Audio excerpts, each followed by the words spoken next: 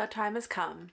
My 30s have entered the chat. Is that what the kids say these days? I had a much different vibe in mind for this video initially, but when I woke up, it wasn't how I was feeling. So I figure instead of trying to fake it and put on a smile or hype up my energy for the video, just say how I really feel. So today's my birthday. I am 30. I meant to do this video a few days ago. Life happened and now I'm doing it. All year long, I have had a sense of anticipation, some nervousness, excitement about turning 30. I don't know why I'm doing quotes because it's not a quote. I am turning 30. I am 30. But when I woke up this morning, I was not excited. I wasn't even excited for the fact that it's my birthday. Went to the gym for my workout and I started getting a few happy birthday messages and I hated it. Honestly, every year I start getting the messages and it kind of turns me off because I don't like the attention, but today it was more so. And I realized I didn't want the messages because I didn't want it to be my birthday. I didn't want it to be my birthday because that would mean some people would reach out to me and that would stir up some emotions that I don't want to deal with.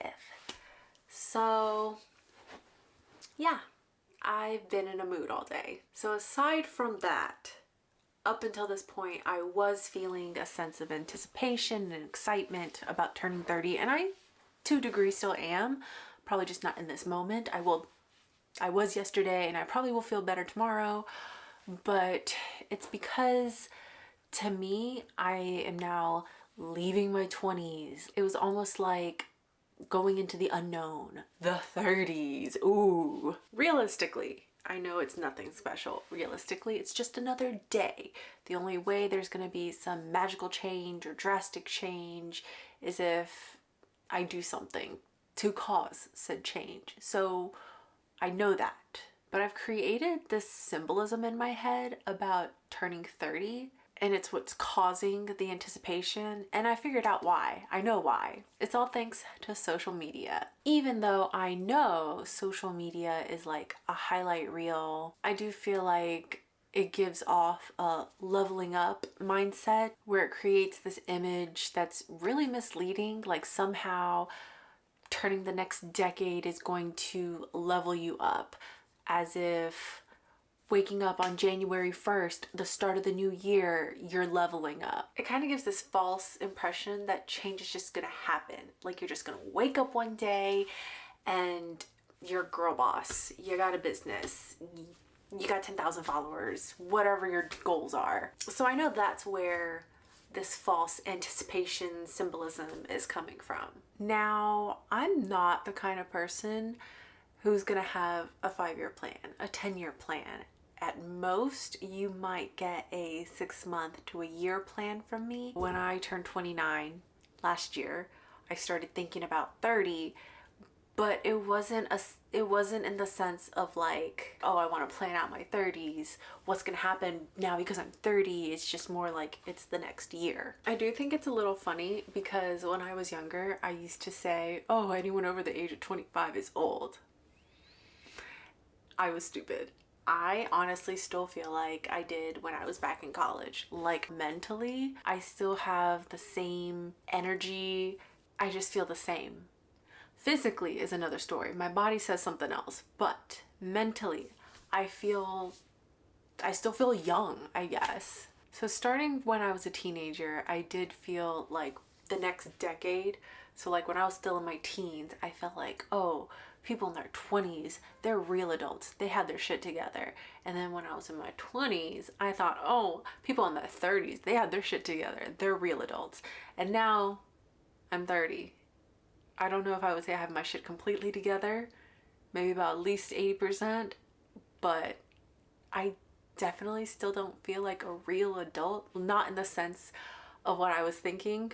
I don't know, maybe in a few years I'll finally feel like a real adult, or maybe I will just keep on thinking that the next decade is when I become a real adult. We'll see. Am I where I want to be in life? Yes and no. For years and years and years, all through school, after school, I always felt very lost, very directionless. Now I feel like I have found something that I enjoy and actually have, dare I say, some passion for: social media, which I will say is a very love and hate relationship. But I started helping Nico manage his channel 2.5 years ago, and I actually liked it. I loved it. I started learning so much about social media, and I was like, I kind of want to start my own thing. So that's when I started coming up with ideas for this brand, this channel. I will say I haven't been very good about making strides. I'm making progress now, of course, because now I'm posting, but that is all on me because I used all kinds of excuses. Oh, I don't have time. I had plenty of time. My time management is just shit right now. I said I was too busy editing Nico stuff. Oh, I have to film his stuff. Oh, I have to do this, I have to do that, and I just can't manage another thing. Which part of it is true. Part of it was true. I did have a lot on my plate dealing with his stuff, but I was also using those excuses because I was scared and I didn't want to talk in front of the camera because it's weird. It's still weird. I feel like I'm not terrible at it, but like this is still weird. I don't know if it's ever going to be normal. Part of me does wish I was farther along, like more videos posted and whatnot, but at least I finally started. So there's that. I've picked out 5 lessons I have kind of learned over the past few years and that I try to live by, and they're in no particular order. There's no particular level of importance. They're just 5 concepts that I'm trying to live by currently, or that I kind of like use more currently in my life right now. The first one is the quote, "Comparison is the thief of joy." That one stems from the fact that I have always felt a little behind compared to classmates and even my siblings, honestly. I see life updates that people I know post on their social media. And again, social media is a highlight reel. People, announcing we just bought a house, I got a new job, I just had a baby, whatever their celebratory thing is. And I would get in my feels about like, wow, I haven't hit that milestone yet. And some milestones I don't want to hit, but that's a different story. And I've had to remind myself the quote, "Comparison is the thief of joy." Most people are not going to be posting hardships that they're going through. They're going to be mostly posting celebratory things, the highlights. So while I may see people that I grew up with hitting these milestones that I haven't, there's still a lot of things behind the scenes that I don't know about. And I had to remind myself that, just like they don't know my behind the scenes. But it's really helped me learn to appreciate what I do have, where I am in life, because my experiences up to this point is how I got to this point. It's how I am the way I am. It's how I do have so much more flexibility in my life. Once I snap myself out of the comparison, I realized I wouldn't even be happy necessarily in the kind of life that they're leading, just because it's not for me. The next concept that I try to live by, or remind myself rather, is that happy, successful people will not bring others down. And yes, this one is more in relation to social media, posting on Instagram, posting here. I've had to come to the realization that happy people will not bring others down. Something that I do find kind of funny is reading comments that people leave, whether it's for me, for Nico, someone else I follow, just scrolling randomly. I do find it a bit funny when they choose to leave some nasty words. Most of the time I laugh, because to me it's like, you spent that much time watching whatever you don't like, reading whatever you don't like, curating a response and hitting send, and the creator may or may not even see it or care.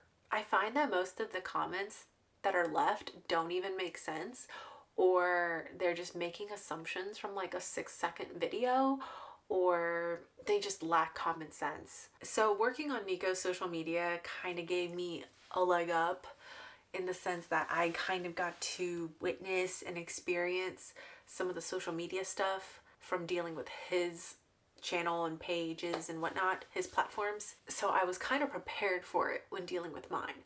I was actually excited when I got my first troll comment.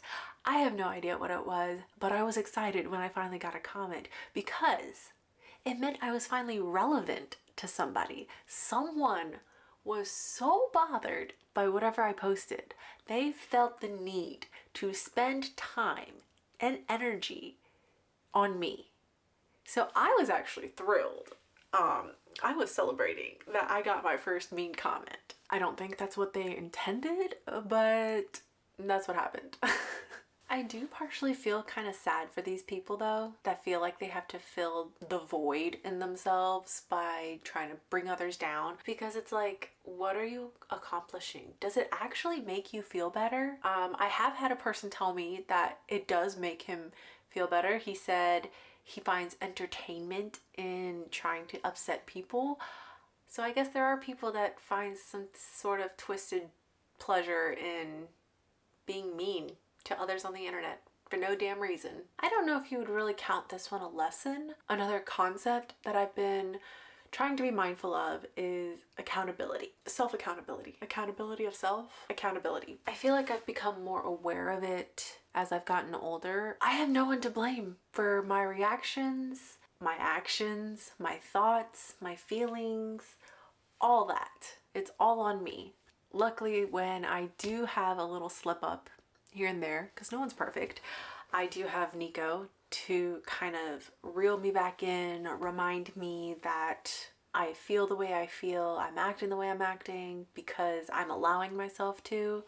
So whenever I do kind of fall back, I wouldn't say fall back into a victim mindset, but I start leaning that way, it kind of helps remind me that we don't do that in this house, which I'm very grateful for, because that is the last thing I would ever want, to fall back into my old victim mindset, because I look back at when that was my line of thinking and I'm just like, wow. That's all I'm gonna say. This next concept, I feel like has the possibility of being controversial for some reason. I don't think it is, but I don't know. The internet is touchy. It's the concept of focusing on you, focusing on becoming the best version of you. And I say that in the context of there will always be some world event, some international crisis that happens. It's just inevitable. Something is always going to happen. And when they happen, people always want to get riled up and demand for change, demand you to make a stance. And I think the best way you can make any sort of impact is to build yourself up, make sure you are the best you can be, and put yourself in a position where you can make an impact. Because you can't help other people if you don't help yourself first. It's like the whole airplane, put on your air mask, put on your oxygen mask before you help someone else next to you. You can't help someone next to you or around you if you don't help yourself first. Unless you're a person that's in a position where you have tons of money and connections. I feel like the best thing us normal people can do is to, one, build ourselves up, but also to focus on helping our friends and family, our immediate community, because every little change can compound. This last concept is probably my favorite. I don't know if favorite's the right word. It's just a concept that amazes me that more people don't live by it. Okay, let me tell you what it is. The idea that you don't have to agree on everything with everybody. I said this in my first video where I was like, you don't have to agree on every single little thing with everybody. You don't have to agree on every single little thing with a person to be friends with them, to be polite to them, to be respectful. But mainly with the whole friendship thing. Like, a lot of people these days act like you have to agree on 100% everything to be friends. And the thing is, you don't. You just have to have enough in common to build your relationship off of that to have enough mutual respect for each other for the areas where you don't agree. And it just boggles my mind that people don't get this. I have had friends of mine tell me that other friends of theirs have told them they can't be friends anymore because of whatever they disagreed about, which is ridiculous. It makes me want to fight somebody too, because that person was hurting my friend. I don't agree on everything with my friends, but I know they respect me and I respect them, and we still love each other because we're still good people. So in terms of like lessons, concepts that I live by, I feel like for now 5 is enough. I hope I articulated it clearly. I do know that is something I need to work on, articulating my thoughts in a clear manner. I am working on it. Overall, I am still excited about being 30. I feel like there is such an emphasis of living your best life while you're in your 20s that it almost comes off as if you can't live your best life the rest of your life. I follow the Holistic Psychologist on Instagram, and I saw a post that she made maybe last week, and it was essentially saying we need to stop glorifying accomplishing things before 30, as if somehow anything you do before the age of 30 equates to more success. It has more value, which I agree. We need to stop doing that. She also mentions that in our 20s and 30s, we're accomplishing goals that society values. We're doing things for approval. And part of the reason why we do this is because we've created this time limit for ourselves. And I don't know why we as a society have created this time limit when you have your entire life. Okay, I suppose there is a time limit if you consider death, which can really happen at any point for anybody. Yeah, I'm excited to see what happens in the next few years and what I can accomplish. Hopefully what can come out of this channel. And filming this video has actually changed my mood. So I guess I can be thankful that I decided to film this on my birthday, and the fact that I needed a video this weekend.